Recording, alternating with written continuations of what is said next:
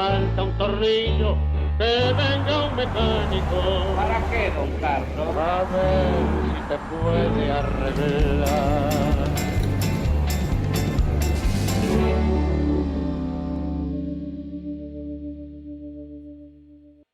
Hola, buenas noches.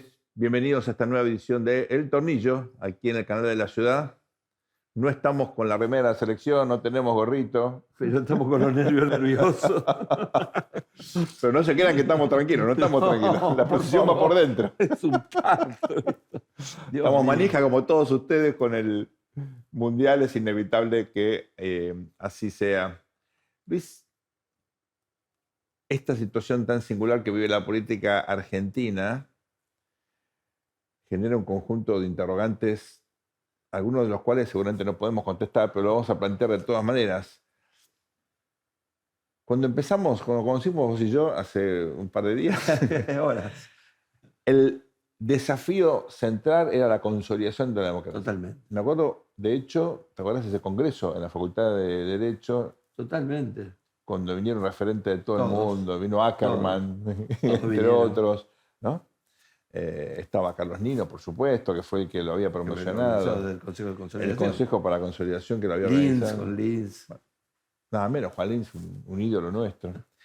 Y la dinámica era cómo aprendemos a que se consolide la democracia. Hoy uno ve la democracia tomando las categorías de esa época totalmente consolidadas. Totalmente. La definición mínima de Robert Dahl, ¿no? Esto que es elecciones competitivas, ¿no es cierto? Y un relativo grado de libertad en la opinión pública. ¿Hay alternancia del poder? Desde ya. Hay libertad de prensa, de expresión, Desde ya. completamente. Hay participación electoral. Sí, elecciones libres y justas. La otra variable de Robert Dahl. Claro. Bien, desde ya. Poliarquía hay, diríamos. Hay poliarquía y no hay politólogos. riesgos, no hay ningún actor extrasistémico que Totalmente. atente contra la estabilidad Como del decía sistema. Santoro, la democracia sin enemigos, Exactamente. como concepto de legitimación democrática. Un autor que a nosotros siempre nos gusta, que es Adam Przeworski, decía, la democracia está consolidada cuando es el único juego político que hay Totalmente. en un país. Y acá pasa eso. Es the only game in town. Desde ya.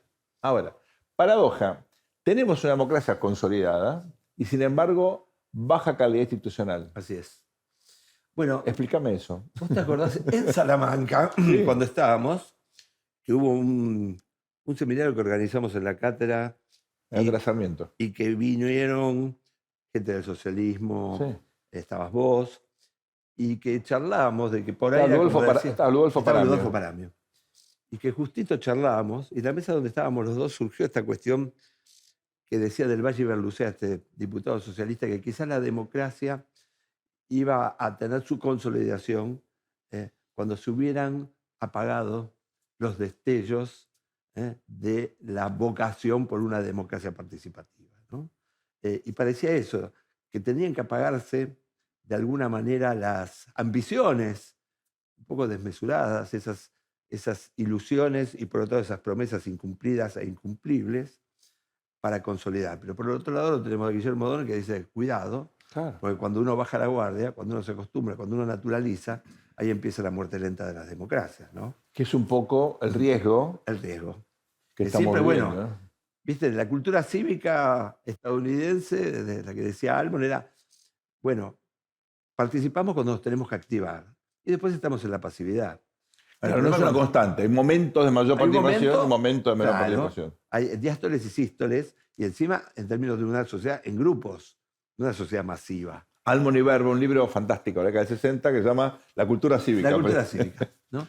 Ahora, claro, para nosotros en los 80 eso nos sabía poco, Sí. ¿o no? Había una pretensión de democracia participativa, Sí. de mayor compromiso Y que por ahí la ciudadano. entendíamos desde esas, ¿qué te puedo decir? Efervescencias. Un poco movimentistas. Desde ya, haciendo que era crítica. base también de lo que fue la ilusión para algunos del tercer movimiento histórico, ¿no? Esa plaza de Alfonsín, ¿no? Las plazas de Alfonsín. Por eso decíamos, che, ¿no podemos tener un sábado libre? Genial. Estoy parafraseando a Oscar Wilde, que decía, no Claro. me gusta el socialismo porque no tenemos muchos fines de semana Tal libres". cual. Había algo de eso, en ese movimentismo, y de confundir, por otro lado, la participación, que finalmente es institucionalizada para que valga, ¿no? Pero claro, después se armó lo contrario. la acción colectiva se transformó en inacción colectiva. Entonces, ustedes están en contra de mí, vengan y llenen una plaza, ¿no? Se fue Sí, la desvirtuando también famosa eso. armen un partido, compitan, Totalmente, ¿no? totalmente. Y Porque ganen ya la acción elecciones. colectiva se volvió más difícil, salvo cuando veía dádivas. Claro. ¿Cómo le explica Michael Olson, no? Ahora, tal cual. Si hay empanada, vamos. La lógica de la acción colectiva, otro libro fabuloso de un economista, curiosamente, pero que pensó muy bien la participación política, Claro. que fue Mancur Olson, profesor de la Totalmente. Universidad de Maryland. A ver, la unión hace la fuerza. El problema es juntar Claro. a los que hacen esa Exacto. unión para que tenga fuerza, ¿no es cierto? Ahora, ahí aparece... y Hoy estamos lo que- muy politólogos. ¿eh? No, bueno, la gente por ahí dice, no de hablan de, carne somos. no hablan de la coyuntura. Sí, todo esto tiene que ver con la coyuntura, porque ahí aparece gente que piensa la cuestión de la blogosfera, las redes sociales, etcétera, como un mecanismo de participación Desde ya. a partir de sondeos que marcan, que la gente que por ahí nos insulta en Twitter o, o comenta por ahí... Digo, también pueden hacer algún elogio. ¿eh? No, No. no censuramos elogios. no están obligados a insultar, ¿no? No, claro. No, la libertad es libre, pero digamos. Sabes que hago un pie de página acá. Un amigo, muy amigo mexicano, me decía que él se siente cuando revisa los comentarios de la gente en su cuenta de X ahora, que es como un juez de línea.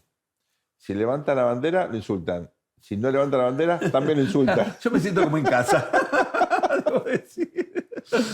O sea que imagínense estudiar tanto para volvernos jueces de línea es como medio frustrante. Levantar la banderita, bajar la banderita.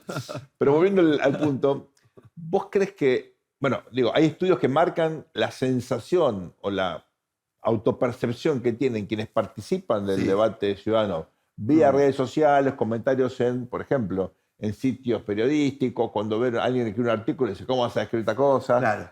Sí. Eso lo Uno añora el periodismo profesional a veces cuando lee los Bueno. comentarios.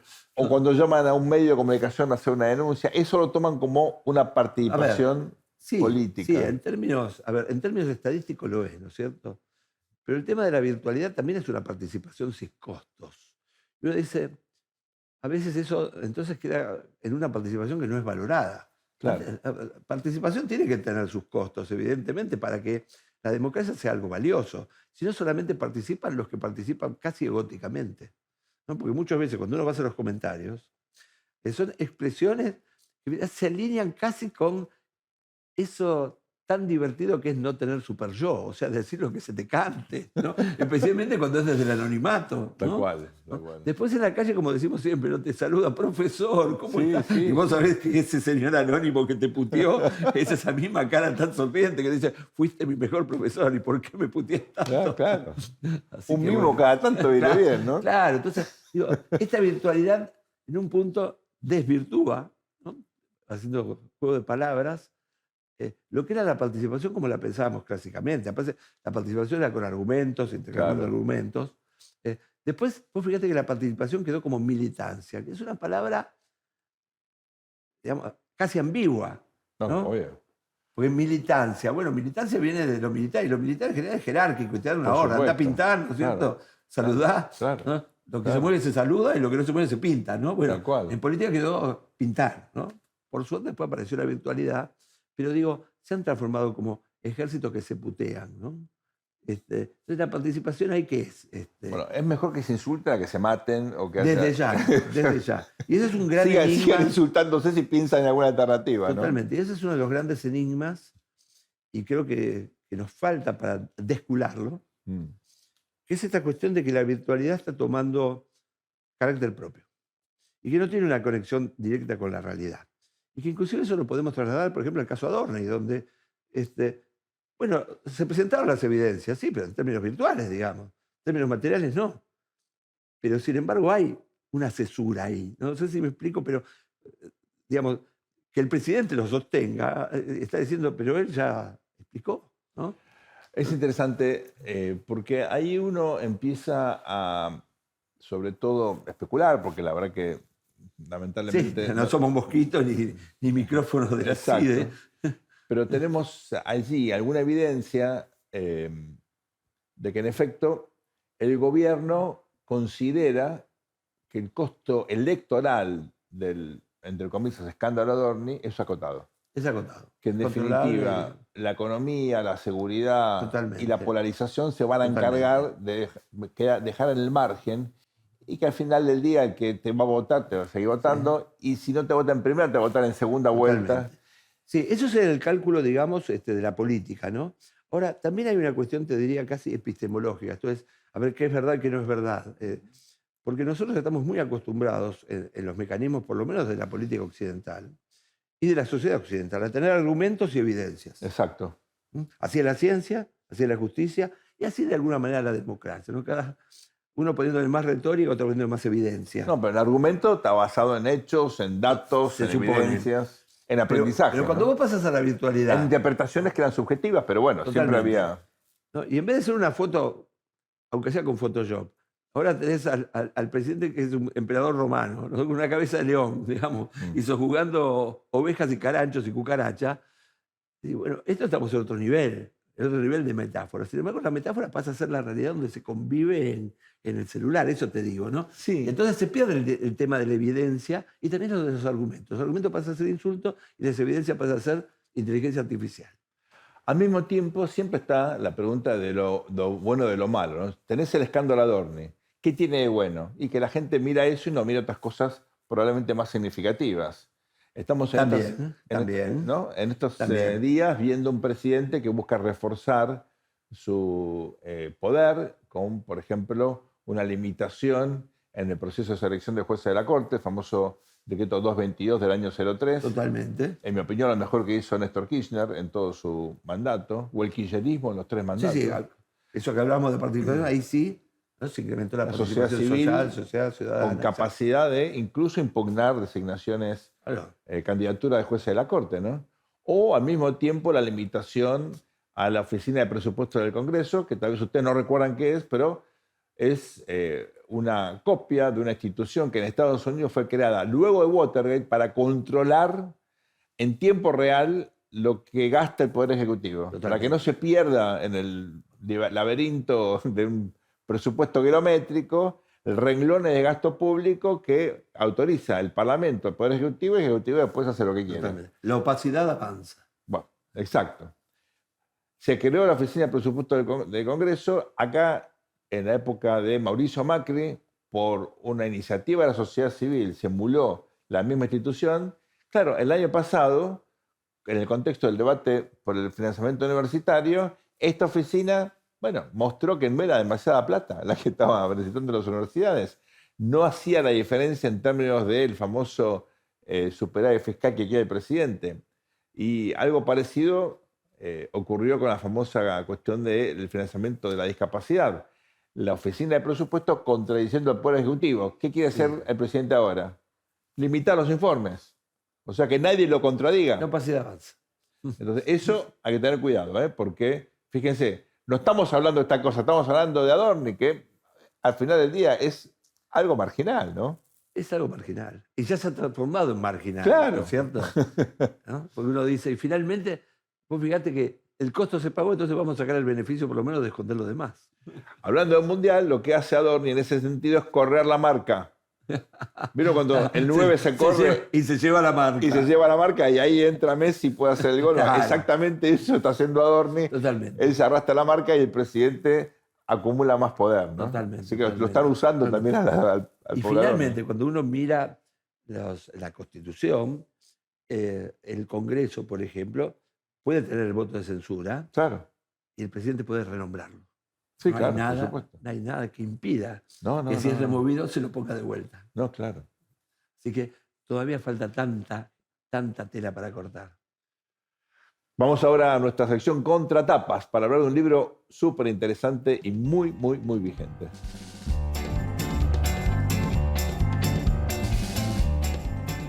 El voto peronista. ¿Hay un voto peronista? ¿Sigue habiendo continuidad? Primero que el libro, ¿no? El libro de Manuel Moria Araujo, del gran Manolo como editor, y que marcó realmente un hito en la sociología política, en la sociología El primer estudio electoral. sistemático. Totalmente. De alguien que fue pionero, ¿no es cierto?, en los estudios y aparte un gran amigo nuestro, yo trabajé muchos años con él. Muy querido, Y fallecido. Muy extrañado y muy extrañado. ¿no? Sí. Tuvo Luis Costa, que fue también Claro. un colaborador en este programa, y creo que con él no pasó un día que no hablemos de Manolo. Lógico. Pero en este caso, este legado que nos deja bibliográfico está casi tan vigente como cuando salió. ¿no? ¿Cuál fue la innovación de Manolo en ese momento? Bueno, plantear que, por un lado, el peronismo eran dos coaliciones electorales diferentes. Una, la típica, la que todos casi las tenemos en la cabeza, que es la relación líder-masas, ¿no es cierto? Los sindicatos, la coalición urbana o conurbana, ahora diríamos. Claro. Y después estaba la coalición de los que Perón había movilizado en su momento en el interior, donde no había industria. Ergo, lo que había eran los viejos estamentos populares movilizados por los conservadores.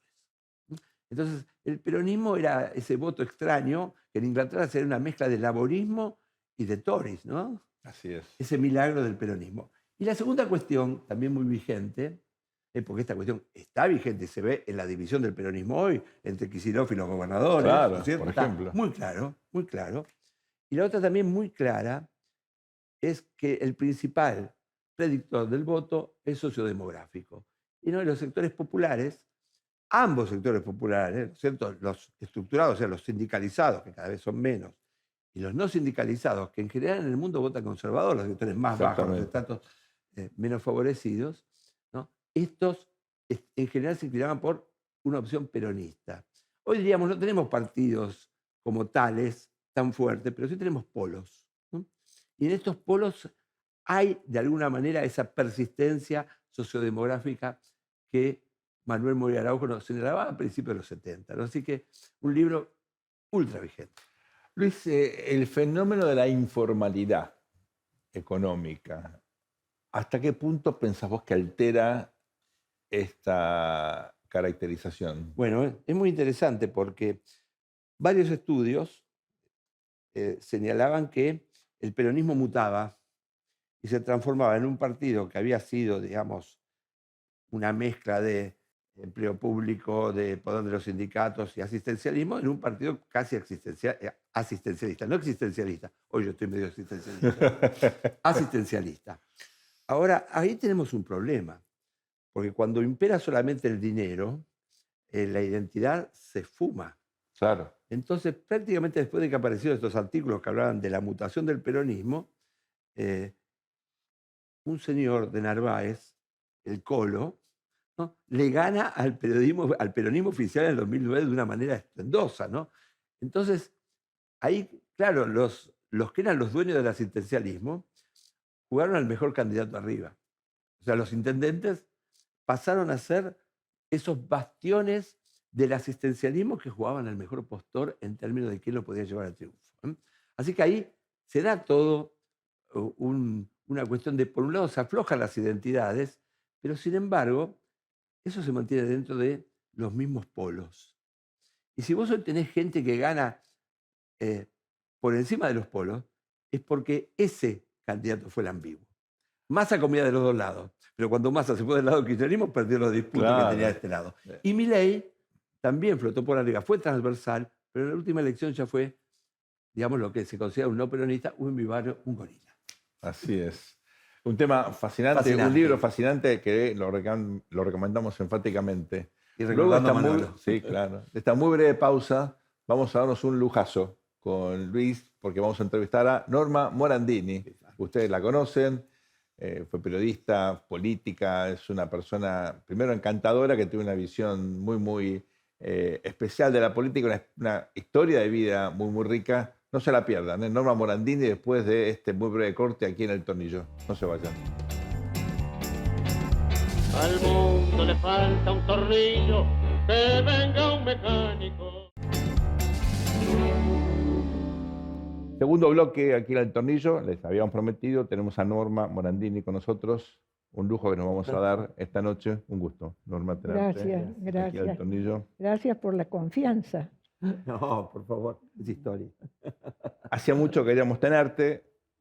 Nosotros buscamos tener diálogos en un registro analítico diferente al que en general uno escucha en la tele, y nos gustaría arrancar este diálogo contigo, pensando en estos 40 y tantos años de democracia, bueno, nosotros somos politólogos, sentimos que hay una consolidación, que la democracia hoy no está en riesgo, que no hay ningún actor que ponga en juego la estabilidad política democrática, y al mismo tiempo hay como una calidad institucional muy baja y permanentes asedios a esa calidad institucional.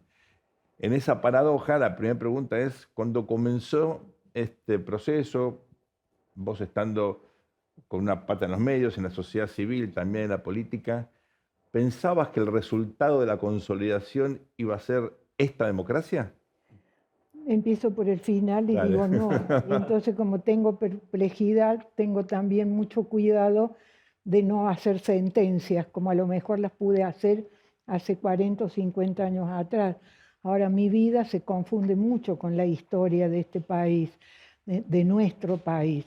Y entonces puedo ver en un proceso que he vivido internamente, yo estoy ahora en una fase de mucho reconocimiento, de diálogo íntimo, donde aparece un dolor que tuve que reprimir y que de alguna manera siempre me dicen, ¿cómo pudiste cubrir el juicio de la Junta teniendo hermanos desaparecidos? Claro. Y yo dije, nunca pensé, me contrataron por periodista, no por tener hermanos desaparecidos, y jamás se me ocurrió poner en los testimonios la imagen de mis hermanos. Entonces eso me protegió. Acepté participar en política porque el cadáver que dejan las dictaduras es la política. Las dictaduras ordenan, mandan, la gente obedece, no desarrolla cultura de libertad con responsabilidad. Entonces yo siempre me proponían y yo decía no. Y un día dije, ¿por qué no? Si mi familia ha sido despojada, nos pasó lo que le pasó al resto del país porque no hubo política.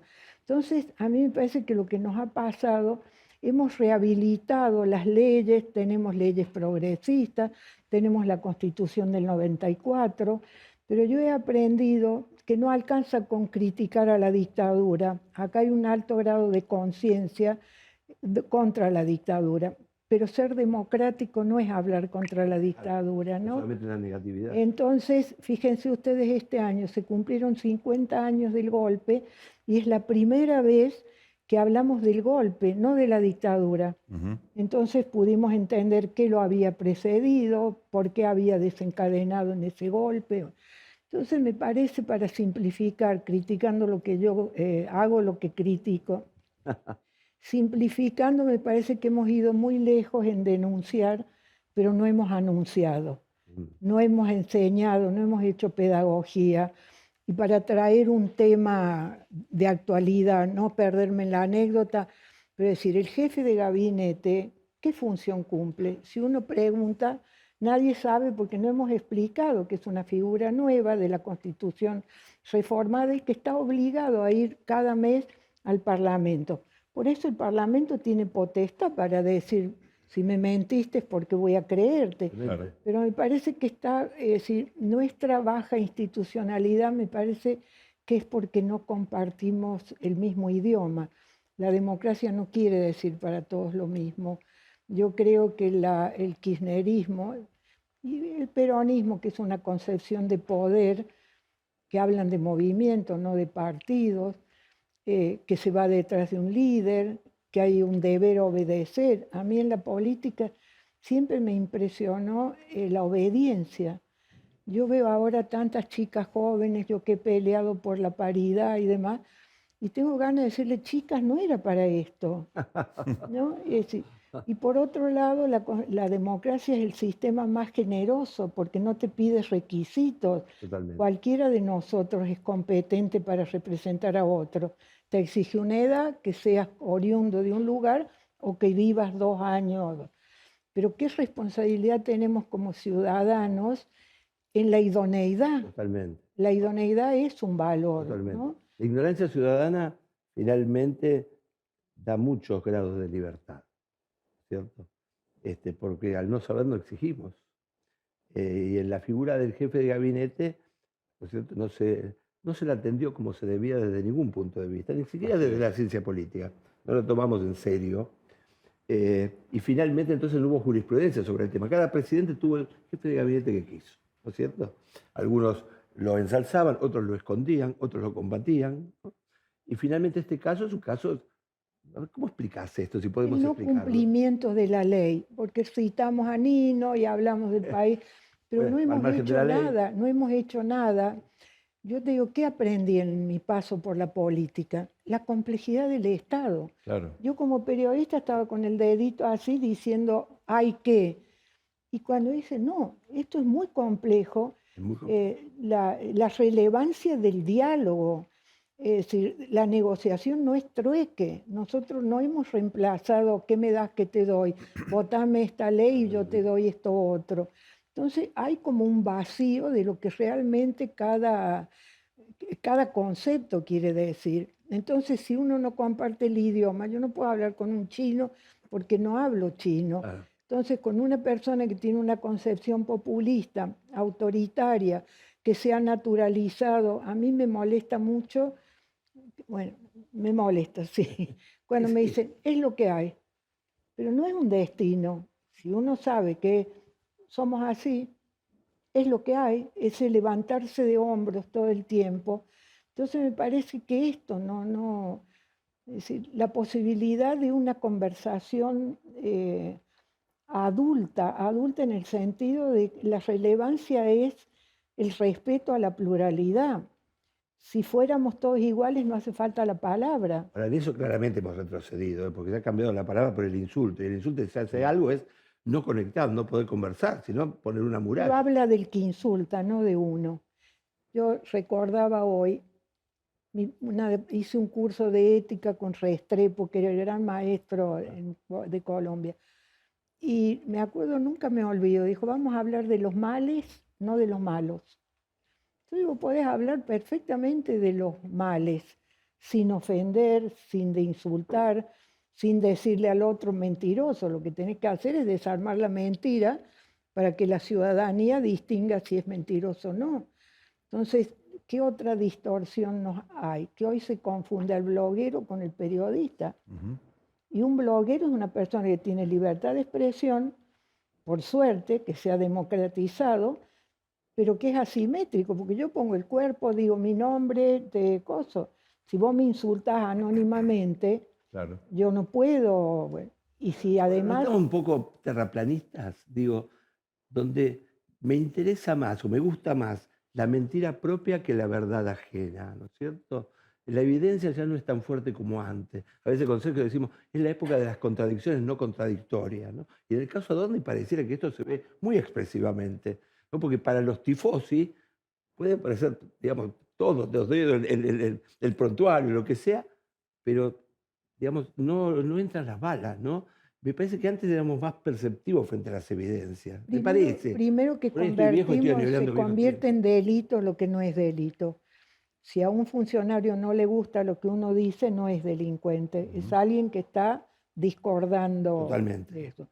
Y después me pregunto con este episodio, ¿cuánto apreciamos la verdad? ¿Es un valor entre nosotros la verdad? Porque hablamos de dinero, solo se habla de dinero. Y ahí volvemos a la institucionalidad. Cuando yo te voy a contar cosas que a mí me hacían sentir en soledad. ¿Quién entregó el ritual del poder a Cristina Kirchner? La hija. Sí. Y no nos sorprendió, ¿no? Nos parecía, se han naturalizado. Y así hemos ido naturalizando un montón de situaciones que nos parecen normales.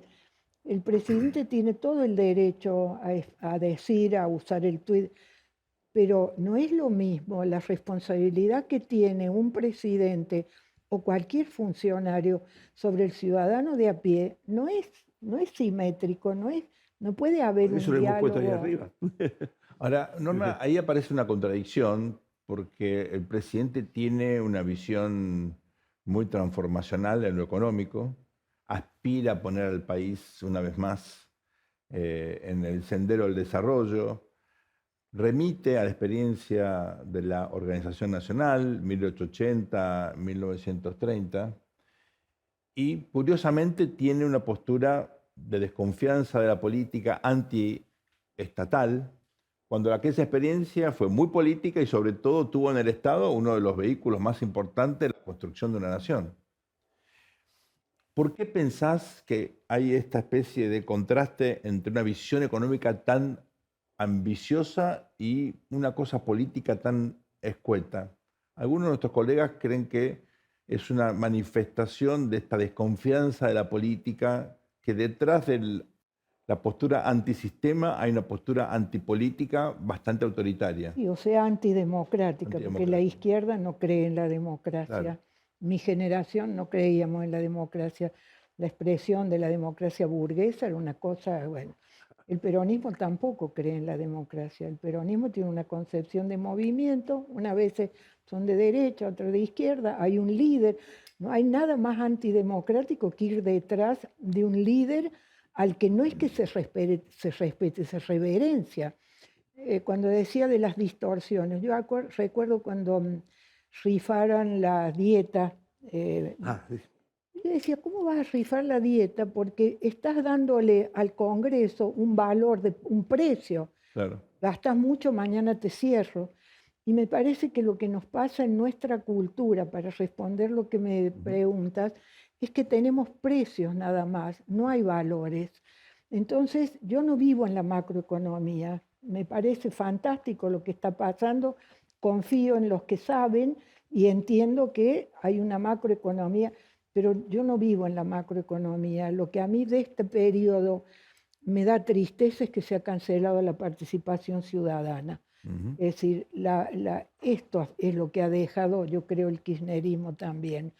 De creer que la política es movilizar a la gente en la calle. Y la política es usar las instituciones de la democracia. Entonces, en el descreimiento de la democracia, también está vaciada las instituciones, ¿no? Porque, bueno, yo te hago una huelga, hago un piquete, eso es una concepción, una cultura política. Y esto me parece que tampoco el presidente se parece mucho a la concepción de poder del peronismo. A mí me votan, yo puedo hacer lo que quiero. Un poder delegado, ¿no? La famosa democracia delegativa. Y después, yo ahora justo estoy estudiando la desmesura. Cuando pienso en nuestro país, mirá qué desmesura la de mi generación, que hablaba de revolución social en un país que no tenía pobres. La desmesura que hemos tenido con las Malvinas. La desmesura en la represión, que se decía exceso, Brutal. lo que eran crímenes. Brutal. Todos nuestros excesos siempre, vamos bandeándonos, y la mesura, ¿qué es la mesura? Que uno no se salga de la realidad, que yo no te ofenda, que en la democracia hay mucha gente que piensa de manera diferente, que hay que respetar las leyes. No es delito pensar de derecha, tampoco lo es pensar de izquierda, siempre y cuando corramos dentro de los márgenes. ¿Y a qué atribuís esta desmesura? ¿Hay alguna causa o causas que expliquen ese comportamiento? Nuestra historia, yo no quiero irme, yo descubrí al riojano, ¿cómo se llamaba? El que escribió Juicio al siglo. Jaime González. Que es una maravilla, cuando uno lee sus textos. Entonces yo cada vez pienso más que a partir del 30 es cuando este país empieza a tener otra historia. Mi último libro, que se llama Decir adiós, pero no estoy diciendo adiós todavía. No, por favor. He trabajado mucho el tema de los rituales. Me impresiona mucho la ausencia de la cantidad de muertos insepultos, ¿no? Sí, totalmente. Entonces, al no tener liturgia auténtica de muerte que tienen las cruces de las Malvinas, todos los muertos sin nombre que tenemos, y sin embargo al lado, como el peronismo ha tenido una gran habilidad de los funerales multitudinarios, que ha creado su mito, ha creado su emocionalidad. Totalmente. El último es el Indio Solari, ¿no? Totalmente. Exactamente. Y vos viste que los grandes funerales, ¿no? Bueno, Giorgio Agamben, un filósofo, los equipara con estas situaciones de emergencia, de crisis, Claro. y de vacío, y de necesidad también de un líder, ¿no es cierto?, que viene con la muerte de los grandes monarcas, ¿no? Que se armaba un estado de emergencia, y el estado de emergencia, como bien sabes vos, necesita el soberano que decide, ¿no? Así que el peronismo está muy emparentado con esa Sí, tradición. y después en la vida personal Eso. de uno, yo creo que la tragedia, porque claro, no quiero irme yo Acá se hace política con la historia. Sí. Cristina denostó lo que hemos tenido de luminosos de los primeros años del siglo, esta ciudad maravillosa levantada en esa época, y ahora se vuelve a hacer política con la historia. Hay que dejar a los historiadores que hagan historia. Para mí lo más cercano es lo que conozco. A mí me parece que la tragedia de la dictadura ha dejado una marca de miedo, porque para ir a la política hay que tener coraje, pero no coraje de hacerte el héroe, ¿cómo no puedo, si yo vengo acá y no puedo decirles lo que yo pienso, cómo vamos a crear un vínculo de confianza, pero confianza humano? No, mañana no me invita, esta mujer miente o me está agradando o quiere agradar a los que nos ven. Norma, tenemos 2 libros acá que nos trajiste, De la culpa al perdón, que es sobre el juicio, ¿verdad? Sobre tu experiencia en el juicio. Yo cubrí el juicio a las juntas me contrató el diario Globo de Brasil. Y después del 10 años, yo estaba obligada al hecho, a narrar lo que escuchaba. Pero 10 años después tuve mucha necesidad de reflexionar sobre lo que lo que significó lo que había escuchado. Y cometí la imprudencia de no pensar, puse de la culpa al perdón. El crimen no tiene perdón. Claro. Eso no tiene perdón. Pero cuando se hace justicia, una sociedad bien se debe a sí misma preguntarse por qué pasó. El perdón es a nosotros mismos de no haber podido evitar lo que pasó. Acá No hablas alcanza, perdón, con decir cívico-militar. Eso es un oxímoron. Por supuesto. Lo cívico no puede ir al lado de lo militar, porque los cívicos son derechos, lo militar es obediencia. Así me maltrataron los organismos. Yo no salgo a responder porque no acepto tribunales de conciencia. Bueno, yo digo, no es por mí. Le sustrajiste a otros una visión de alguien te puede... No soy yo, es la situación de que se le sustrae al otro la posibilidad del debate, ¿no? En el tema que sea. Queremos hacer de la Patagonia el lugar donde venga la inteligencia artificial por el agua. Merecemos debatir con los que Pero saben. acá hablas de convivencia democrática y de las intolerancias del pasado. Y justamente fuiste Víctima de la intolerancia. víctima de eso, ¿verdad? Intolerancia al pasado Y de lo que se supone y que eran de la los falta de aliados. convivencia democrática. Parece mentira, pero en tu Sí. subtítulo, Así es. ¿verdad? Estaba Si el nos quedamos en la laberinto. condena y el castigo, nos quedamos en la negatividad también, ¿no es cierto? Siempre es necesario el perdón. Y Pero vimos que eso- las sociedades que pudieron superar, a ver si Europa pudo superar esa tremenda Segunda Todos Guerra los Mundial. países, todos los Ha países. sido tremendo. Todos los países Todos los que han países. ido en guerra, que han tenido guerra, los que vuelven de la guerra, o sea, los heridos, empiezan una guerra interior que es entender qué les pasó. Claro. Y esto, es decir, nosotros es como, no quisimos escuchar lo de las Malvinas, que recién empiezan a aparecer Sí. testimonios durísimos, pero sobre todo la pregunta es, ¿qué vamos a hacer con lo que nos pasó? Para mí esa es la... Sí, que impide finalmente que hagamos el duelo verdadero, ¿no? Y que ese ¿Y por qué cadáver no se- insepulto no. Claro, ahora, no ¿por qué no recibe. se puede hacer duelo? Porque el desaparecido es una figura tan perversa porque nadie lo vio morir. Es una cosa increíble. Entonces, los que tenemos desaparecidos, yo me acuerdo, iba a Córdoba y cambiaban de vereda para no hablar conmigo. Yo liberé yo tampoco contaba, no es los otros, tampoco uno contaba, porque tener desaparecidos era tener familia de subversivos. Claro. Entonces, todo El peor este estigma de la proceso... época. Entonces, Y el cinismo de Videla, me acuerdo, ya están desaparecidos, ¿no? Como si, qué sé yo, sí. cosa increíble. Y el coraje de Nacho que preguntó sobre los Totalmente. desaparecidos. Ahí fue. Yo siempre cuento cuando volví del exilio... Nacho López, ¿no? José? Sí, José Ignacio López. Que fue vocero de Alfonsín y Alfonsín. un prócer del periodismo por su coraje justamente de enfrentar a las preguntar. autoridades, ¿no? De preguntar, nada menos. ¿Sabes qué?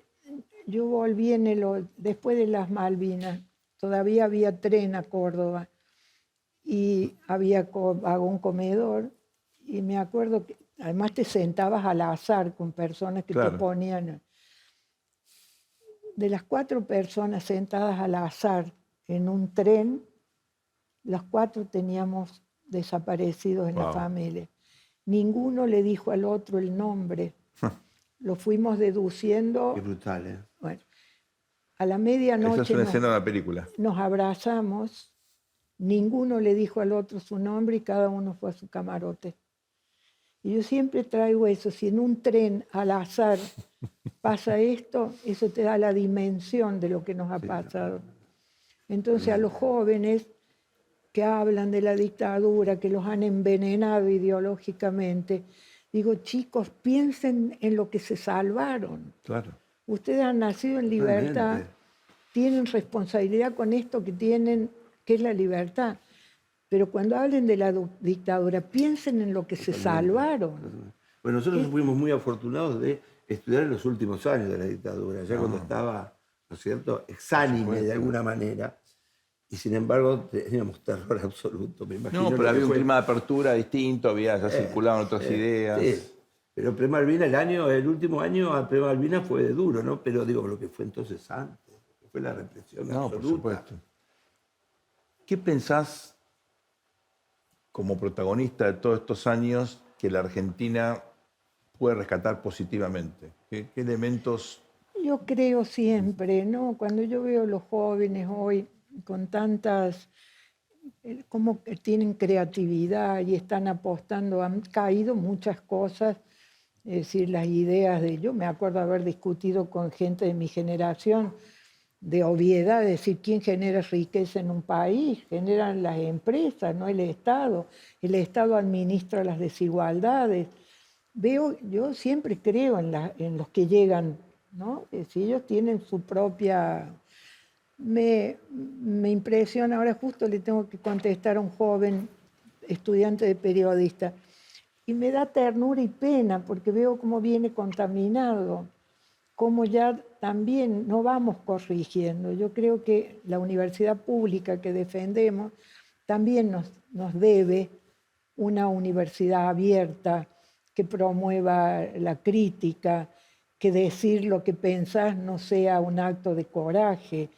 Es decir, yo cuando llegué a la Cámara, la presidenta de la Cámara de Diputados advertía, cuidado con Morandini, que es libre pensadora. En política eso no es un valor. Extraordinario. No, entonces hay Bueno, es conceptos un insulto en que hay que... política, esos libres pensadores. Cuando me dicen voto a conciencia, y yo digo, ¿y las otras veces cómo votas? Inconscientemente. Estaba dopada. ¿Viste De forma que- inconsciente. No, y se van, claro, yo ahora... No, fíjate lo yo que es la soy- naturalización de Sí. cuestiones, ¿no? Tal No, cual. a mí, por ejemplo, no me lo dijo nunca directamente, pero él decía, Pichetto decía, es un alma buena. Y yo digo, entonces él es el maligno. Porque, Bueno, la mala bestia. no, La mala bestia. Tu experiencia nada más y nada menos que en el Senado de la sí, Nación, ¿verdad? pero fue una gran experiencia. Yo que soy una curiosa... Contanos. Sí. Primero que acepté, yo tengo vocación pública, la tuve siempre, no sé vivir sin los que están alrededor. Pero también la situación mía fue muy particular porque yo no representaba ningún gobierno.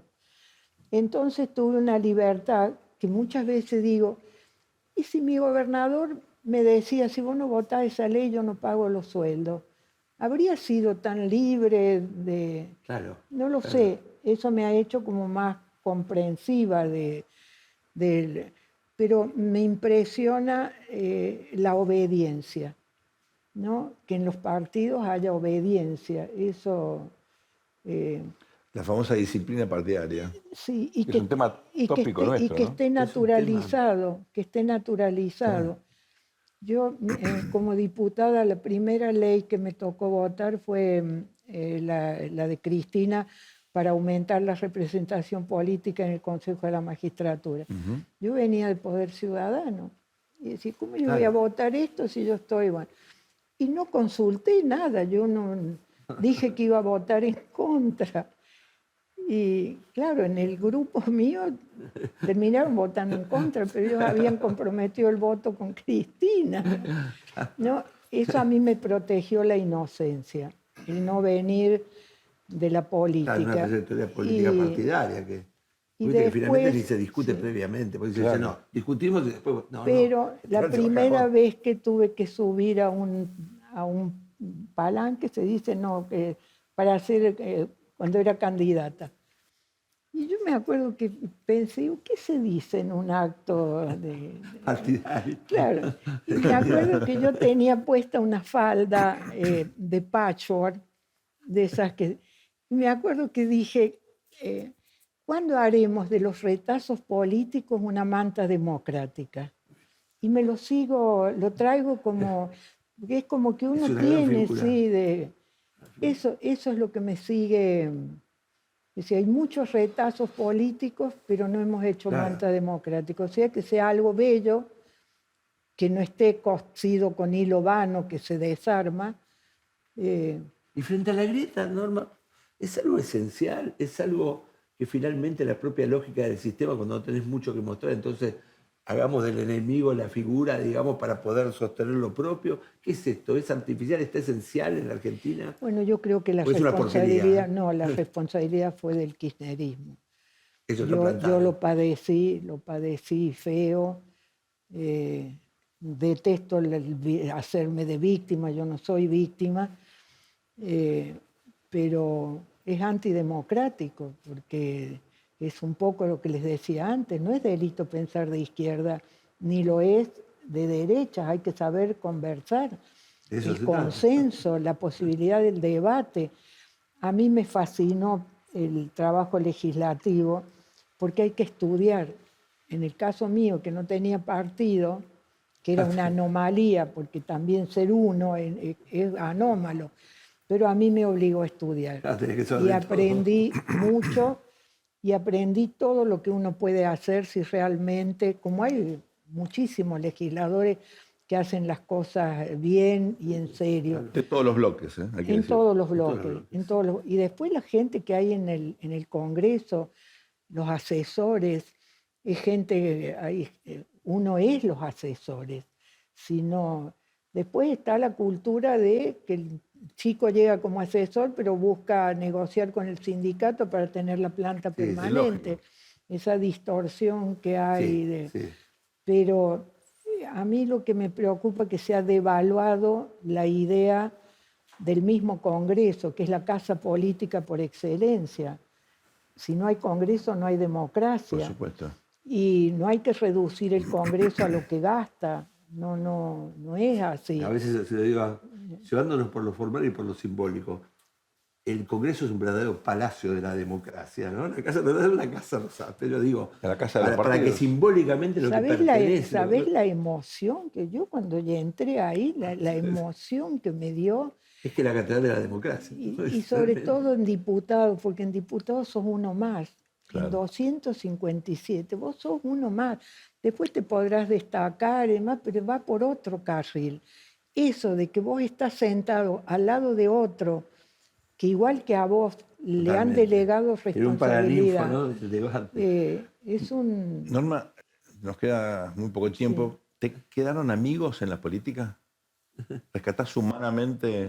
Mira, mi primer viaje como legisladora me tocó un típico mexicano, gobernador de un estado mexicano, ¿no? Y en la cena, yo dije que era una Nobel diputada. Mi señora, si al mediodía la gente dice que es de noche, encienda los faroles. Primera lección. Primera lección. Y después me dijo, no busque amigos en la política. Entonces te cuento una última. Cuando uno se va, te hacen discursos para despedirte. Claro. A mí nadie me hizo discursos. Bueno, Probablemente Porque eso hablé nunca muy bien de quedaste, vos. Porque siempre quedaste, nunca te fuiste, como No, Troilo, tengo, ¿no? no, Pero no, es cierto, sí, ¿no? El senador que decía en Washington, no, si querés no, tener sí un amigo, tengo. comprate un perro. Comprate un Tengo a perro. María Eugenia Estensoro, que éramos amigas de Claro. antes, que es mi hermana, y Laura Montero. Laura Montero fue una Ajá. gran senadora, Sí, y ahí yo totalmente. critico al radicalismo que no le da lugar a las mujeres. Mendocina Laura fue vicegobernadora también de la mendocina, provincia. una totalmente. gran, con un compromiso, ella tampoco venía de la política. Claro. Ah, totalmente. Así que sí, con ellas hicimos No, y tengo recuerdo de otras senadoras, pero no, yo no he vuelto al Senado, Nunca volviste. no. Bueno, próximo turno.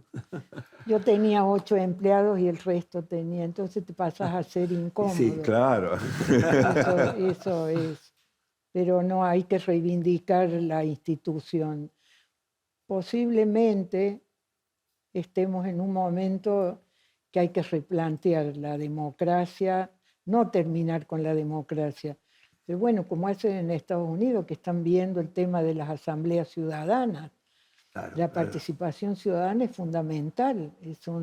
Los referéndums que hacen los suizos, si quieren ser 10 millones o no quieren. Hay toda una polémica Sí. con los mecanismos de democracia directa.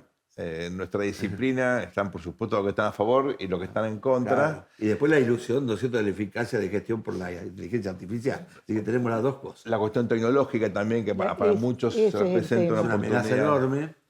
Pero después Así que tenés bueno. cosas como el Brexit, que te obliga a replantear, porque hay como climas puntuales de opinión que probablemente te sesguen el debate hacia escenarios complejos. Es un tema efectivamente fascinante, muy interesante y no resuelto. No, claro, Bueno, y para pero por lo debatir, como menos- estuvimos Para debatir. Pero haciendo- para poder conversar, Pero porque realmente, ¿qué es lo de eso de la la democracia? inteligencia artificial, yo leí hace poco, Sócrates le dice no sé a qué rey, qué maravilla la escritura ahora porque va a favorecer la memoria y la sabiduría. Y el rey dice, no, me voy a quedar sin memoria y sin sabiduría. Claro. Pero gracias a Platón, que escribe sobre Sócrates, podemos contar claro, esto. totalmente. Sí. Entonces Totalmente. yo de la inteligencia artificial, ahora que les contaba del hat trick, yo fui a ver qué era el hat trick. Y Es tenía cierto, presuponemos una historia maravillosa. A mí esa biblioteca que yo puedo ir con un clic, como Claro. se dice, ahora, fantástico. después padeces como ciudadano que nada podés hacer si no es con la máquina y la aplicación, que Totalmente. siempre favorece a la empresa, Totalmente. vos te quedas con el fastidio de que no Totalmente. te resuelven. Y la información sin conversación finalmente es saturación que te Es- impide un sentido, ¿no? A así veces. Norma, un placer tenerte con nosotros. No, gracias Ha sido a un gusto ustedes, enorme. gracias a muchas ustedes. Nos dimos un gusto que nos merecíamos con Luis hace tiempo. No sé si lo merecíamos, pero bueno, No, al por lo menos contrario, disfrutamos. al contrario, gracias. No se vayan, ya volvemos después de este muy breve corte con el último bloque del tornillo. Al mundo le falta un tornillo, que venga un mecánico. Tercer y último bloque aquí en el tornillo y nos quedamos con más ganas de escuchar a Norma. Qué ¿no? placer, ¿no? Esta combinación de testimonio, de integridad, de profesionalismo, Tal cual. ¿no? Y realmente escasean estas personas. Fíjate que lo que debería ser la norma es la excepción. Estás como el cratilo, ¿no? Estamos En toda la hablando palabra de- Nilo está el río Nilo, ¿no? Y hablando de instituciones, fíjate que la norma debería imperar y es efectivamente el caso contrario, sobre todo en un entorno político tan singular como el nuestro. Pero me quedo con una cosa positiva, Luis, o rescato por ahí, exprimiendo un poquitito esta larga charla que tuvimos con Morandini, y es que hemos acumulado una cantidad de experiencias positivas, regulares, negativas, un acervo que nos permite procesar algunas cosas y sacar conclusiones operativas para mirar Así hacia es, adelante este así es. proceso democrático, con por lo menos alguna idea de cómo mejorarlo, ¿no? Totalmente. Y eso Y yo el creo darnos que- cuenta también, ¿no? De a Exactamente. poco. Después de la novedad, estamos viendo que muchas cosas son como siempre. Hay algunas peores y algunas mejores. Y a veces valorás cosas del pasado que en su momento no Así le es. diste importancia, que la das Bueno, probablemente Norma te permite poner todo en una en perspectiva. perspectiva histórica, ¿no? ¿no? Eso yo creo que es Y muy aparte valioso. personal. Pues vos fíjate que es alguien que valora tremendamente las instituciones y no ha sido nunca nadie ligado a un partido político en términos institucionales, ¿no? Eso por un lado, y con una historia personal dramática. O sea, si hay alguien que debería o podría tener Realmente bronca, conmovedora. ¿no? Un Sí, sentimiento sí, sí, negativo. Y todo lo contrario. Todo lo Fíjate que ella tiene una Lo cosa. que contó de los juicios, ¿no? Por ejemplo. Que ella fue como profesional y como periodista, ¿no? Como alguien que tenía 2 hermanos desaparecidos, ¿no? Así que bueno, es algo durísimo. Es muy. Y eso lo muy pudo fuerte. sobrellevar. Uno que es simplemente un cronista y que, ¿no? Un estudioso, digamos, y le resulta algo tremendamente conmovedor y emotivo, me imagino, para alguien que lo sufrió. Este es un país que acumuló también páginas muy dolorosas, ¿no? Tremendas. Y es probable que nos cueste a veces admitir la locura que pasamos, porque es enfrentarnos a situaciones realmente extremas. Y tal eso vez- nos ha impedido a veces trascenderlo, ¿no? Lo que ella llama el Claro. luto. Exacto. Quizás eso falte. Pero bueno, estamos en el Mundial, esperemos que todo vaya bien. Vamos ahora al momento más esperado de toda la semana para los integrantes de este programa, que son los premios El Tornillo.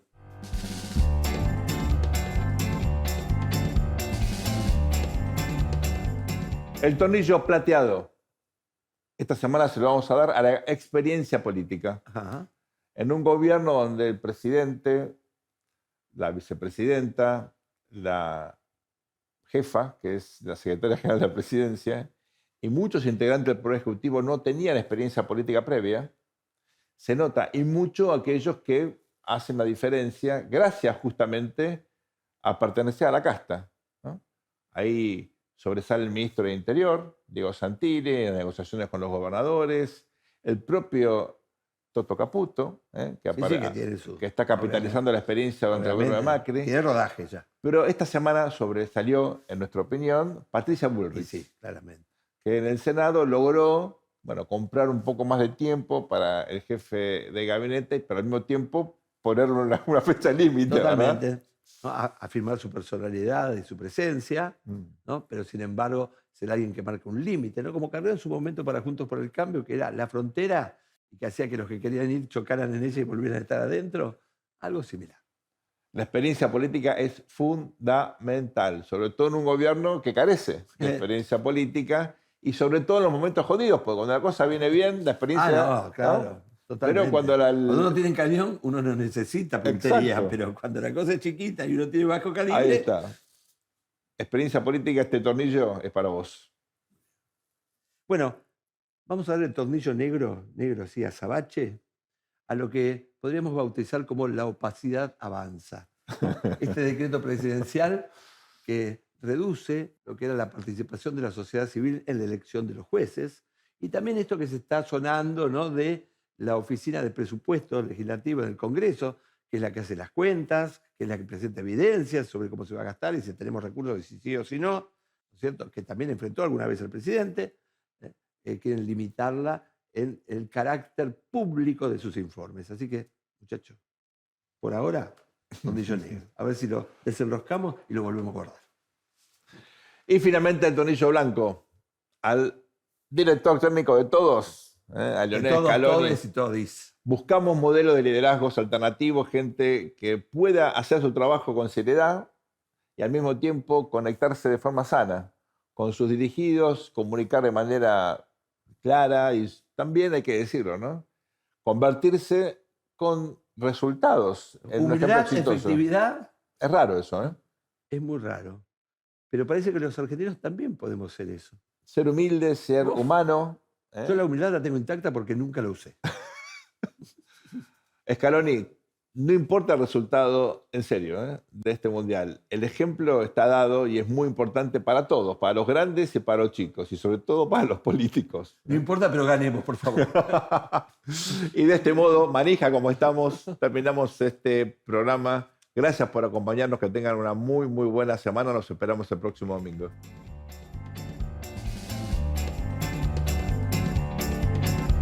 Al mundo le falta un tornillo, que venga un mecánico.